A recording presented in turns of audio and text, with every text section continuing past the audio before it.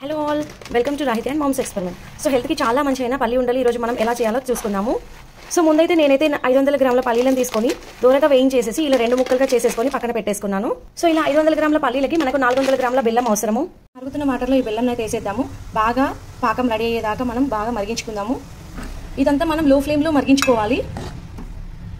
చూడండి, ఇలా మనకి పొంగులుగా వస్తుంది. పాకం అనేది గట్టి పడేదాకా ఇలా మరిగించుకోవాలి. మరి కాసేపు మరిగిద్దాం మనం. సో చూడండి, పాకం అయితే చాలా చిక్కపడింది. ఇప్పుడు మనం దీన్ని పాకం గట్టి పడిందా లేదా అని ఎలా టెస్ట్ చేయాలో చూద్దాము.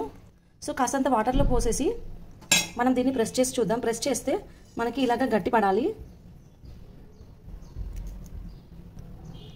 చూడండి, మనకి ఇలా పాకం అనేది ఇలా వచ్చేసింది. సో పాకం అనేది రెడీ అయిపోయింది అన్నమాట. సో ఇప్పుడైతే మనం పల్లీలన్నింటిని ఆ పాకంలో పోసేద్దాము.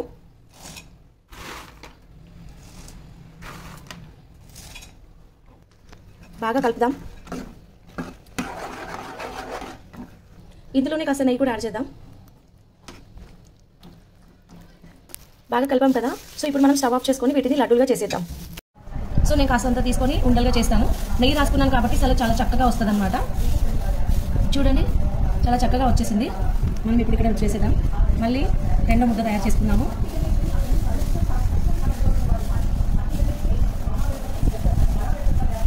చూడండి, సో ఈ విధంగా మనం కాస్త చల్లారాక, వేడి మీద ఉన్నప్పుడు లడ్డూలు సరిగా రావు. సో కంపల్సరీ కాస్తంత చల్లారాక మొత్తం మనం ఉండలు కట్టుకుంటే చాలా చక్కగా ఈజీగా వచ్చేస్తుంది అనమాట. ఇలా అన్ని లడ్డూలు కట్టుకోండి. ఇన్ కేస్ ఇది మళ్ళీ బాగా చల్లారితే కనుక స్టవ్ మీద 2 మినిట్స్ వెయిట్ చేసేసి కొంచెం వామ్గా ఉన్నప్పుడు మనం లడ్డూలు చేసుకుంటే చాలా చక్కగా వస్తాయి. సో ఈ విధంగా మీరు చేసుకోండి. చూడండి, మనకి పల్లీల లడ్డూలు ఎంత చక్కగా వచ్చాయో. సో ఇలా టేస్టీ పల్లీల లడ్డూలు మీరు తప్పకుండా ట్రై చేయండి.